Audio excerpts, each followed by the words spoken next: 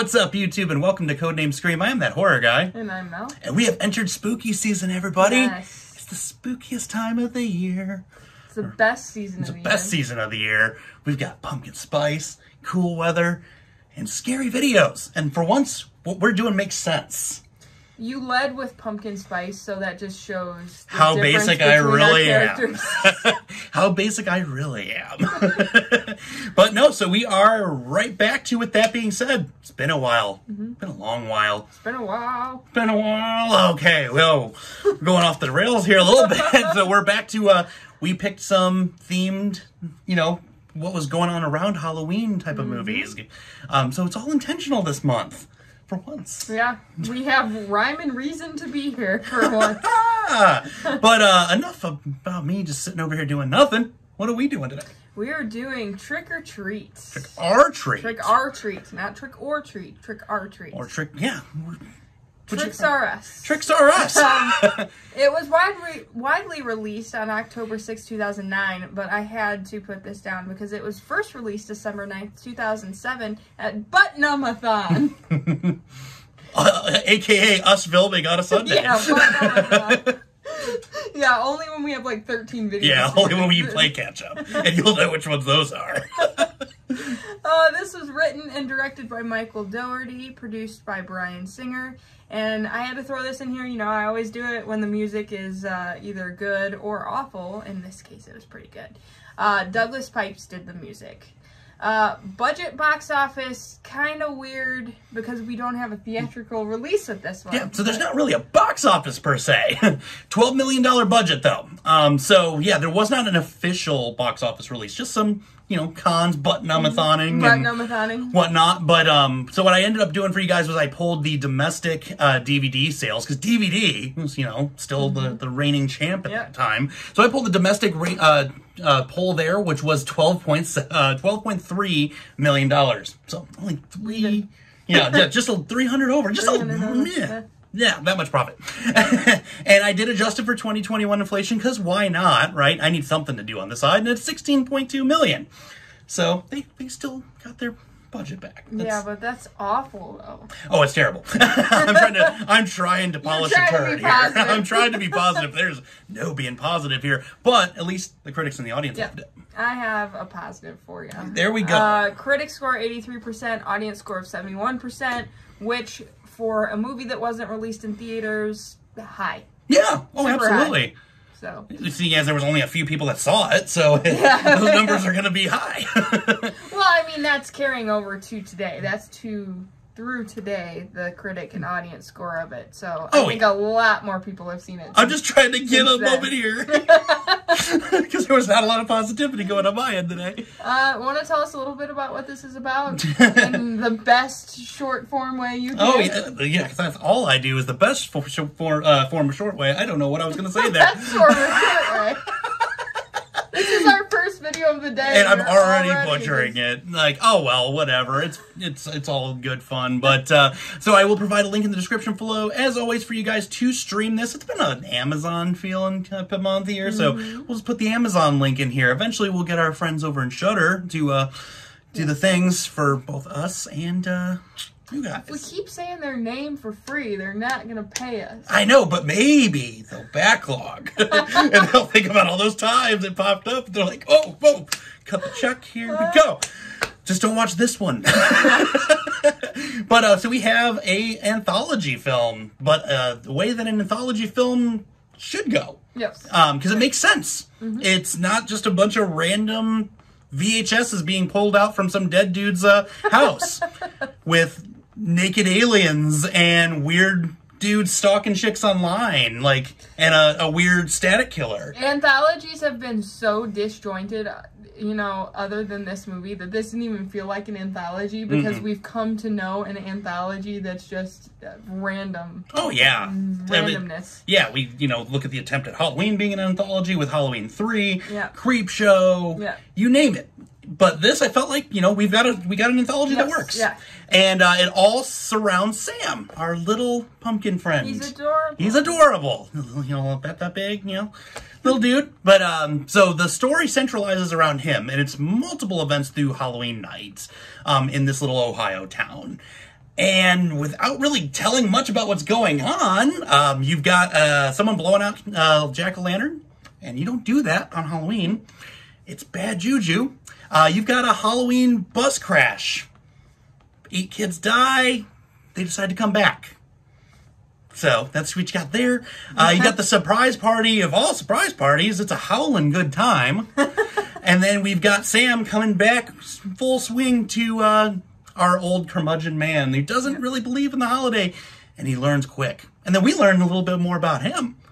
And then everyone comes together for a nice long conclusion. And Sam's still adorable. And Sam is still adorable at the end, even when he's not so adorable at one point. So, and there you go. There you have it. This one does need to be watched. Yeah. 100%. Yeah. Because, yeah, that just doesn't even do justice. But, again, I'm going to give away pretty much the entire movie. Any further than that. Yeah. So, we have some fun facts. We do. This film was shot in 40 days, which I feel like we've gone through movies that is like, this is shot in 3 days, and it seems like something that should have been shot in 40 days, whereas this one seems like it should have been shot in 3 days. Oh yeah, this one felt like 40 days seems excessive for this movie. This one felt like everybody has a couple days off from their actual project. Right. Oh yeah, you. Let's go. Yeah. The kid with the lollipops looking at the girls in the dressing room at the beginning of the movie, which was hilarious. Yeah. He is Sam. He's the kid that plays Sam throughout the entire movie. He's a lot more handsome. Yeah, exactly. We saw something else when he took that. Yeah, we see something else there here a little bit later. The film is actually based on an animated short film by Michael Dougherty that was released in 1996. It was called Season's Greetings, and that was where we saw Sam's debut. So he kind of based this whole thing off of that short film that it's actually, I think it's on YouTube. Yeah. I'm not sure. I know I've seen it somewhere. I think it's YouTube. I have stumbled across it on YouTube before, yeah. So. I think I saw it on Reddit, which was probably a YouTube link. But anyway, I digress. Most of the pumpkins in the movie are fake and were made out of foam or ceramic, which, actually makes sense, because if they took 40 days to shoot the movie, those pumpkins would have been rotten by then. Bad. Or Billy Corgan would have showed up, and then it would have just been a mess. And it would have just had to smash all the pumpkins. Why do we keep talking about Billy Corgan and all of our videos? You started it with Hellraiser. The rock quarry was originally supposed to be a pumpkin patch. It's kind of cliche. And it doesn't really make sense. No. The rock quarry, I think, was a good move. Yeah. With the pumpkin patch, yeah, it would have been corny at that point. Stupid. This movie could have easily been corny. Oh, they could have. And it wasn't. Right. Correct.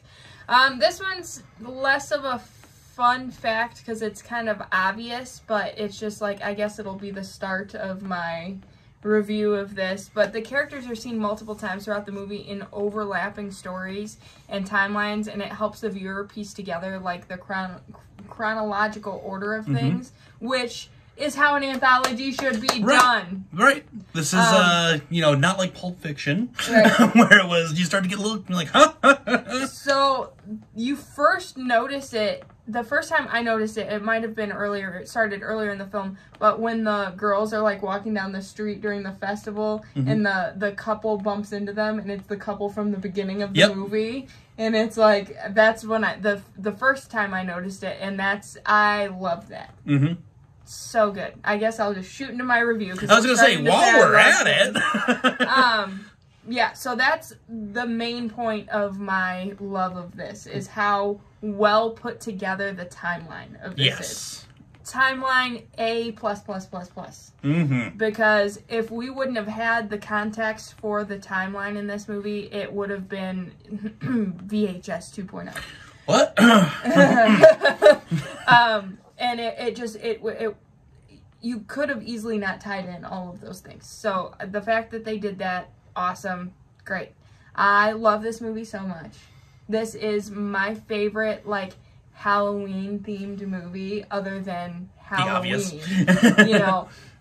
Every time we go to the store and I see something Sam-related, I squeal like a child. And it takes a lot to make me excited. I'm not a very excitable person, but when I see a little Sam sitting around, but like, I'm obsessed with this movie. I feel that. I love the acting in the movie. I love how, like, to me, this seems like a bad thing, but it's not. It doesn't seem like a mid-2000s movie. It seems like a mid-90s movie. Mm-hmm. Absolutely. Like, just the kind of, I don't know, I guess kind of Scream vibe sort of it has. Yep. And, like, it's just that when you think of a mid-90s horror movie, certain things come to mind, and this definitely had that vibe, especially with, like, the chicks trying on their Halloween costumes, and something about that just felt so mid-90s to me, and that is the era. I had an error trying to say era. That's the era of, like, this almost comical horror that I really loved. So it's not a negative that I'm saying this feels older. Not at all. I love the acting in this movie. It's especially like even though that little kid that played Sam was in it for 2 seconds, I loved him. That just cracked me up when they're trying on the Halloween costumes. He's like peering through the door. Yeah, I love the humor in this movie. There's nothing really scary about this movie. It's not meant to be that way, but it is obviously a horror film just because it's Halloween themed and spooky killing, right? Blah blah blah. But yeah, my absolute favorite, spoopy time. You know, that's the first one I pull off the shelf this time of year. So awesome, great movie. I stumbled upon this movie by accident the first time I ever saw it. I was looking for Trick or Treat, because I lost my copy of the classic 80s horror film, which probably was shot in 3 days. But that's how I stumbled across this I almost started to say, why would you be looking for that? But I don't want to give anything away. Right. Well, this is years and years and years ago. But yeah, I was looking for to replace my copy of that and stumbled across this. I'm like, whatever, tossed it in the cart and went on about my day, and man, was I glad I did. I didn't know what this was about. I had no idea I just saw the cover. I'm like, oh, it might be fun. Might be kind of cheesy. I am so glad I did. And I'm so glad that we are covering it to start off spooky season, because it is so good. Yeah. Very tongue-in-cheek, dark comedy. I will argue the fact that it is scary at times, though. That whole anthology series with the principal, that whole entire segment, that's terrifying. It didn't really scare me. It felt gross to me. Like, it just, like... That's what scared me about it, though. It's like, that could be your principal. That could be your neighbor. And just the things he was doing was terrible. It was That's gross. what I wanted to do to my principal. Oh, I could imagine. But, yeah, I will argue in the fact that part was scary. Okay. The rest of it, not so much. Just very tongue-in-cheek, but very well acted. Yeah, the fact that it was shot in 40 days could have fooled me. I really thought this was, a 2-week venture, maybe less than, especially compared to the things we've watched. And for the casting they did, they had some pretty decent pull. Yeah. Not the A-listers, more like the B squad, but it was still... until True Blood came out. Until True Blood came out. Yeah, then it became an A squad film, but it was great. And then, Bryan Singer is typically a producer with, like the X-Men series. Right. So for him to venture off into horror was awesome. Did a fantastic job on the production side. And again, music, killer. I love the music. No pun intended. And the special effects we did get and the gore we did get. Yeah, especially with the principal. Especially with that. That was awesome. And it was nice to see practical. Yeah. We don't see practical. And especially in the mid-2000s, that's when the CGI was starting to take over. Yeah. And so we still got some really good practical out of this. Yeah, we got some CGI in there, but the practical we got was... I forgot, totally sidetracking, I forgot who was in this movie when I first watched it. And I was like, it's the True Blood chick that looks like Haley Williams. And then I was like, it's the fat kid from Bad Santa. It's just like, it's like the epitome of like mid to late 2000s. Oh yeah. And for me, it was like, I loved Anna Paquin. Yeah. Like, her as Rogue in the X-Men was like my first introduction to her. I can't look at her without thinking of Haley Williams, though. I can, now that you say that, and then, funny enough, those generators where it's like, put your photo in, and it'll tell you who you look like. Yeah. Apparently I looked like Anna Paquin when I'm clean-shaven, according to this generator. Never thought about that one in a million years. I don't think you're pretty, but... Yeah, that's okay. I know I'm not, so it's... But no.